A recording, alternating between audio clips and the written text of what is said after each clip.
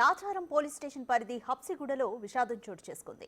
Vijayalakshmi orchid అనే building లో ఓ chit funds కు చెందిన బోర్డు తీస్తుండగా షార్ట్ సర్క్యూట్ జరిగి ఇద్దరు అక్కడికక్కడే మృతి చెందారు.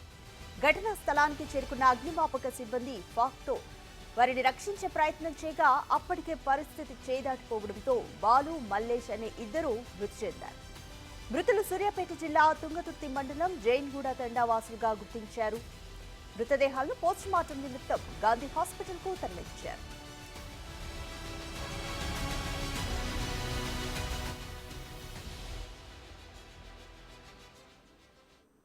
మా మామ మా తమ్ముడు ఇక్కడ వాచ్మెన్ ఉంటారు.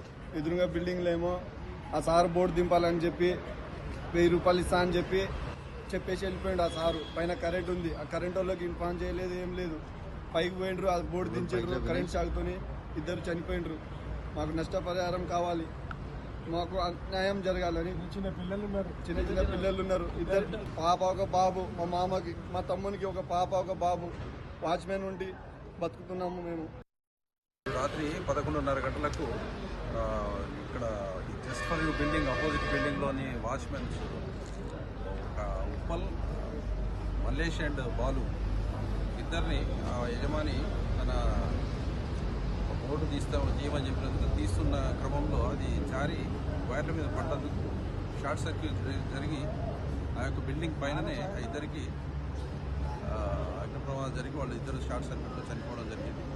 ఆ డెడ్ బాడీస్ ఇప్పుడు షిఫ్ట్ చేస్తున్నాం. ప్రమాద కారణాలు తెలియాల్సింది. క్లియర్ అయితే షార్ట్ సర్క్యూట్ కనబడుతుంది. మన ఫైర్ డిపార్ట్మెంట్ వచ్చారు. వాళ్ళు ఇమీడియట్ కెమికల్ పౌడర్ కూడా ఆ ఫ్లేమ్స్ జరగకుండా ఆపుతున్నారు.